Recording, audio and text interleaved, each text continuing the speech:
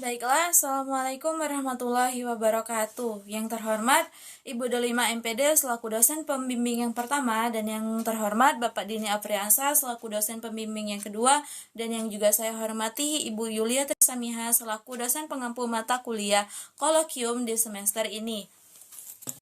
Baiklah, pada kesempatan kali ini, saya Parita Sucita dari Pendidikan Biologi 4 UIN Raden Patah Palembang akan mempresentasikan hasil proposal saya yang berjudul Pengembangan Modul Pembelajaran Biologi Berbasis Integrasi Islam pada Materi Sistem Pernapasan Manusia di SMA NU Palembang. Adapun pokok bahasan pada presentasi kali ini, yang pertama ada pendahuluan, yang kedua ada kajian teori, dan yang ketiga ada metodologi penelitian. Nah, langsung saja pada pokok pendahuluan, latar belakang. Nah, di latar belakang ini berdasarkan fakta di lapangan hasil wawancara peneliti dan guru di SMA NU Palembang ini, pada pembelajaran itu terdapat beberapa kendala. Yang pertama, ada kendala belajar yang tidak efektif. Yang kedua ada siswa malas mengerjakan tugas. Yang ketiga adalah buku yang digunakan hanya buku paket yang disediakan dari sekolah dan itu pun tidak menarik.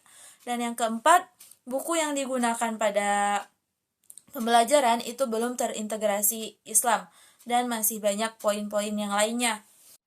Nah, yang selanjutnya ada rumusan masalah. Yang pertama, bagaimana analisis kebutuhan terhadap pengembangan modul pembelajaran biologi berbasis integrasi Islam pada materi sistem pernapasan pada manusia di SMA NU Palembang.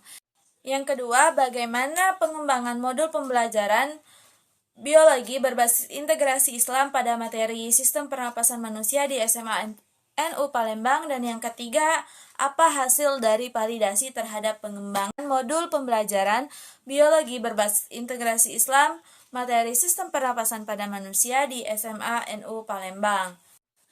Adapun tujuan dilaksanakannya penelitian ini adalah yang pertama, untuk mengetahui bagaimana analisis kebutuhan terhadap pengembangan modul pembelajaran biologi materi sistem pernapasan pada manusia di SMA NU Palembang. Yang kedua, untuk mengetahui bagaimana pengembangan modul pembelajaran biologi berbasis integrasi Islam materi sistem pernapasan pada manusia di SMA NU Palembang. Yang ketiga, untuk mengetahui apa hasil dari validasi terhadap pengembangan modul pembelajaran biologi berbasis integrasi Islam materi sistem pernapasan pada manusia di SMA NU Palembang. Yang selanjutnya itu adalah kerangka penelitian. Nah, di kerangka penelitian ini saya membahas tentang modul. Yang kedua itu pembelajaran biologi, yang ketiga integrasi Islam Sains, dan yang keempat itu materi dari sistem pernapasan manusia. Nah, untuk modul ini merupakan sebuah alat sarana pembelajaran dalam bentuk tertulis atau cetak yang disusun secara sistematis dan memuat materi serta metode. Nah, modul pembelajaran ini adalah komponen penting dalam proses pembelajaran. Yang kedua itu pembelajaran biologi. Nah, sains yang artinya pengetahuan. Kemudian sains ini berkembang lagi menjadi social science yang dikenal di Indonesia itu sebagai IPS, dan natural science itu dikenal sebagai IPA. Dalam IPA ini terdapat beberapa komponen yaitu biologi, fisika, dan juga kimia. Yang selanjutnya itu integrasi Islam Science. Nah, integrasi ini berasal dari kata integer atau yang berarti utuh atau menyeluruh. Nah, berdasarkan etimologisnya, integrasi ini dapat diartikan sebagai pembaharuan hingga jadi yang utuh atau bulat. Nah, yang selanjutnya itu ada kerangka dari sistem pernapasan. Nah, sistem pernapasan ini disebut juga sistem yang melakukan pertukaran oksigen dan karbon dioksida yang melibatkan proses secara kompleks. Proses pada sistem pernapasan ini adalah proses penghirupan oksigen dari udara dan melepaskan karbon dioksida yang ada di dalam tubuh. Nah, proses pada sistem pernapasan ini melibatkan alveolus, darah, dan juga jaringan, juga sel. Yang selanjutnya itu metodologi penelitian. Nah, yang pertama itu ada model pengembangan. Nah, yang model pengembangan ini peneliti mengacu pada model pengembangan dari yang dikembangkan oleh Board dan JAL. Yang kedua ada prosedur pengembangan. Nah, yang pertama itu ada analisis kebutuhan. Nah, analisis kebutuhan ini proses pengisian angket oleh satu orang guru dan beberapa siswa di SMA NU Palembang. Dan yang kedua itu proses pengumpulan data. Yang pertama itu menganalisis kompetensi, dasar, indikator, dan juga tujuan dari pembelajaran. Yang kedua itu pengumpulan bahan referensi. Yang ketiga itu merumuskan soal yang sesuai dari pembelajaran sistem pernafasan.